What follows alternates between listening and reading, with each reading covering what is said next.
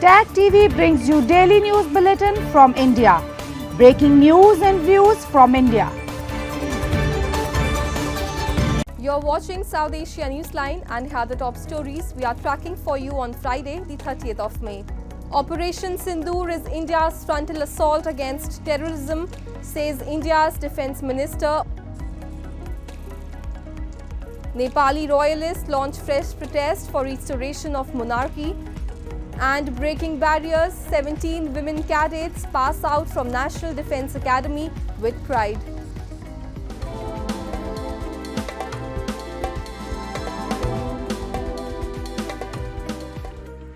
And now for all the details. India's Defence Minister Rajnath Singh visited Goa for the flag-in ceremony of INS Veer Tarini and to aboard India's first indigenously built aircraft carrier, INS Vikrant, on Friday. Singh also reviewed the operational readiness and praised the Navy's role in neutralizing threats during the operation. Speaking during his visit to INS Vikrant, deployed in the Arabian Sea, he warned Pakistan, stating that had the Navy joined the forces in combating Pakistan during Operation Sindoor, Pakistan would have been divided into four parts. 1971 1971 इसका गवाह है कि जब Indian navy हरकत में आई थी वह 1 से 2 हो गया था। मैं पाकिस्तान की बात कर रहा हूं। जब हमारी इंडियन नेवी हरकत में आई थी तो पाकिस्तान 1 से 2 हो गया था। अगर ऑपरेशन सिंदूर में भारतीय नौसेना अपनी फॉर्म में आई होती तो पाकिस्तान के 2 टुकड़े ही न होते, बल्कि मैं समझता हूं शायद 4 टुकड़े हो जाते। The Indian Navy's carrier battle group, led by INS Vikrant, played a crucial role in maintaining maritime advancement during Operation Sindoor, which focused on keeping Pakistan's naval forces tucked in their harbours. The 45,000-ton warship INS Vikrant is a symbol of India's growing naval power. Made using indigenous equipment and machinery, it is the largest ship ever built in India's maritime history. It was deployed on 2nd of September in 2022 in the presence of Prime Minister Narendra Modi.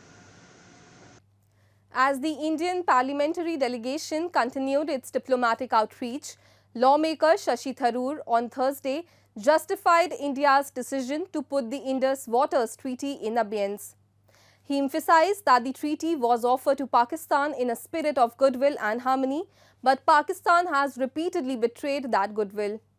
Speaking in Bogota, Colombia, Tharoor noted that despite decades of terrorism and conflict inflicted upon India, the treaty has remained operational. However, the current Indian government has now suspended the treaty's operations. Tharoor stated that India has been a generous neighbor in upholding the treaty, but the time for unilateral goodwill has passed. He added that the treaty's operations will remain suspended until Pakistan provides satisfactory assurances of conducting itself in the spirit of goodwill outlined in the treaty's preamble. Was one that was offered by India to Pakistan in early 1960s in a spirit of goodwill and harmony. In fact, those words occur in the preamble of the treaty. Sadly, that goodwill has been repeatedly betrayed by the terrorist actions of the last 4 decades. Even though we have had terrorism and war inflicted on us, the treaty has remained in place. But this time, our government has placed the treaty in abeyance, which means it is in effect suspended. Its operations are suspended until such time as we get satisfactory indication from Pakistan that they are prepared to conduct themselves in that spirit of goodwill that is provided for in the preamble of the treaty. Meanwhile, India's Home Minister Amit Shah visited Poonch district in India's Jammu and Kashmir on Friday to assess the situation in the border region. During his visit, Shah met with families affected by recent Pakistani shelling and distributed appointment letters to the next of kin of civilians killed in the attacks. Addressing a gathering in the region hardest hit by the shelling, Shah condemned the actions of Pakistani forces. He stated that the Indian Armed Forces delivered a fitting response by destroying 9 Pakistani air bases, forcing Pakistan to seek a ceasefire. Shah praised Operation Sindoor, launched in the aftermath of the Pahalgam terror attack, describing India's actions on May 7 as a befitting reply to terrorists on behalf of Indian citizens, resulting in the elimination of hundreds of terrorists. And days after the cessation of military hostilities between New Delhi and Islamabad, Pakistani Prime Minister Shehbaz Sharif on Thursday publicly admitted the failure of Pakistani military assets in preventing Indian strikes. Sharif, who is on a 4-nation tour for expressing gratitude and supporting Islamabad during the recent conflict with India, made the admission during his address at an event in Azerbaijan. He said following the escalation of tensions between both nations, Pakistani forces were preparing for an attack on India in early hours of May 10. He said the Pakistani actions were supposed to start after the morning 4 a.m. prayers. However, India in a preempt action struck the military installations in missile attacks. BrahMos hit Pakistan's various provinces, including airport in Rawalpindi and other places, Sharif admitted. This is the second such instance when Sharif has admitted Indian action made significant damages to Pakistani forces and their assets in Operation Sindoor. Earlier, Pakistani senator had also questioned the capability of military forces, questioning how the Indian missiles targeted Noor Khan Air Base, which is close to Pakistan Army General Headquarters and capital Islamabad, without any resistance from Pakistani air defense. However, despite the admission of Pakistan military failure by Sharif himself, the government earlier this month promoted Pakistani Army Chief to Field Marshal rank. Meanwhile, Pakistani military has said New Delhi and Islamabad are close to reducing the troop build-up along their border to level before the conflict erupted this month.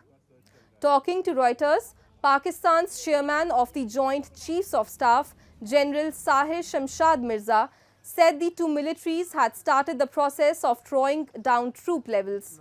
He, however, warned any conflict in future would come down to whole of Pakistan and India. Raju, this was, I would say, an escalatory war which has downgraded or which has lowered the threshold. And when I say it has lowered the threshold, previously, we used to be confined to the disputed territory. This time it has been in the international border. And now in the future even, it will not be restricted to the disputed territory. It would come down to whole of India and whole of Pakistan. Moving on, Baloch activists across Europe this week marked the anniversary of Pakistan's 1998 nuclear test as Black Day, staging protests in major cities. They allege the test caused lasting health and environmental damage in Balochistan, and Pakistan must be held accountable. Several pro-freedom Baloch groups gathered across Europe this week to protest against Pakistan's 1998 nuclear blasts in Balochistan. Rallies were held against Pakistan in London, Germany, Finland and the Netherlands over alleged human rights violations and health crisis caused by the tests in 1998. Protesters carried placards urging global organizations to dismantle Pakistan's nuclear weapons, and with strong messages such as Pakistan must stop human rights violations in Balochistan, Baloch Lives Matter and China is co-involved in Baloch genocide. Today we gather here. This is the anniversary of nuclear bombs, where the Pakistanis used a nuclear bomb in 1998 in Balochistan. So each year, Baloch people in different parts of the world or in Balochistan, they remember this horrible day because the Pakistani establishment, the Punjabi establishment of Pakistan, used Balochistan to test their nuclear bombs.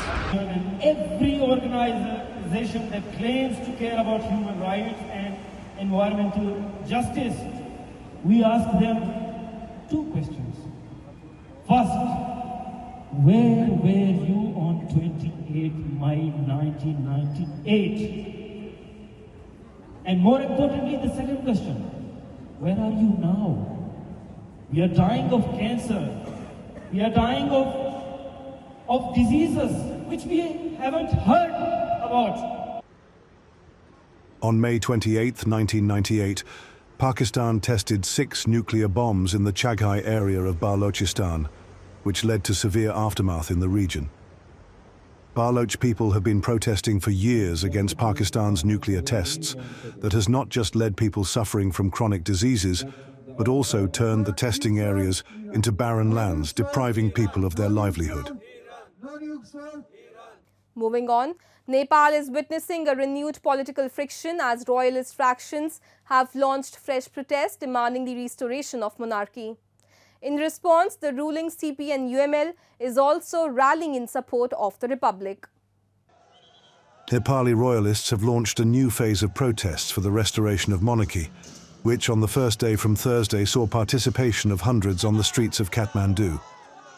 Encouraged by rising frustration with the incumbent system, the royalist group of about 40 different factions led by Rastriya Prajatantra Party, the 5th largest party in the lower house of parliament, has been demanding restoration of the Hindu kingdom, abolition of federalism, and a directly elected prime ministerial system.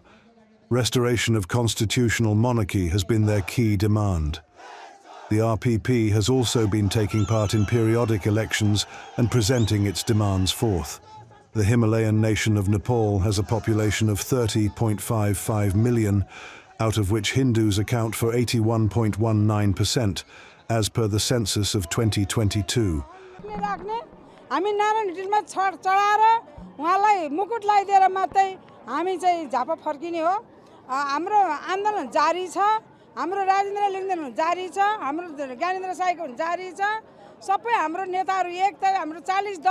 एउटा मुटु भराएको छौं हामी 100 कोटी नेपालीको एउटै मुटु हुन्छ त्यही मुटु जोडिकिन राजाको मुकुट बनिन्छ भनेर. The ruling CPN-UML also held a counter-protest in defense of the republic, the political system adopted by Nepal in 2008. The ruling party under the leadership of Prime Minister K.P. Sharma Oli organized a march in Kathmandu on the occasion of the country's Republic Day. In the wake of possible tensions, the local administration had designated 2 different areas and timings for the 2 groups.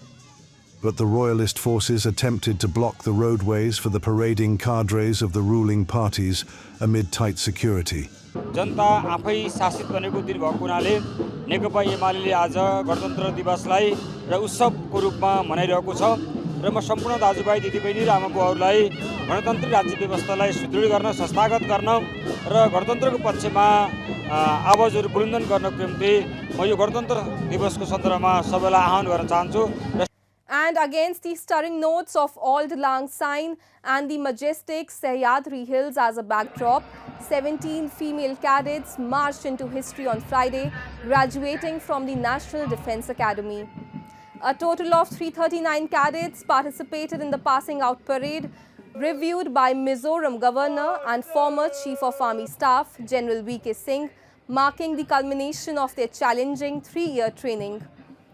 Hailing it as a historic movement, General Singh praised the women cadets as a symbol of Nari Shakti. This embodies not just women's development, but women-led development, the reviewing dignitary declared. The 148th course, which welcomed female cadets for the first time, began training in 2022. It is just amazing. It is very good feeling as of now. Being an ex-NDA, for last 3 years we've always been dreaming that one day will definitely come when we'll pass out. I'll also pass through Antim Pag, and then I'll stand with my parents in front of Sudan before joining this very building. Used to be my motivation, and now I stand before it, and it is just amazing to be an ex-NDA. Nestled in the Western Ghats, the NDA is known as the cradle of military leadership. Cadets are assigned to different services and undergo 3 years of rigorous training, graduating with BSc, BA or BTech degrees. After passing out from NDA, they proceed to their respective service academies for pre-commissioning training. Initially an on-rail institution, the NDA opened its gates to female cadets in 2022, following a 2021 Supreme Court ruling allowing women to apply for the NDA entrance exam. Since then, 126 female cadets have joined the premier military academy across 6 batches. जब पता चला कि 75 साल बाद NDA खुल रहा है तो ऐतिहासिक मोमेंट तो था ही उसमें, पर उस टाइम मैं बीकॉम ऑनर्स कर रही थी Shri Ram college of commerce Delhi university से। उस टाइम मुझे लगा कि मुझे वैसे भी फौज ज्वाइन करनी थी, पापा से इंस्पायर्ड थी, अपनी बहन से इंस्पायर्ड थी जो ऑलरेडी फौज में है, तो मेरा पूरा मन था और मैंने अपनी मिलिट्री करियर को भी जल्दी शुरू करने का सोचा था, तो मेरे को सही अपॉर्चुनिटी मिली। That's all in tonight's edition. We will see you same time next week. Have a great weekend. Good night.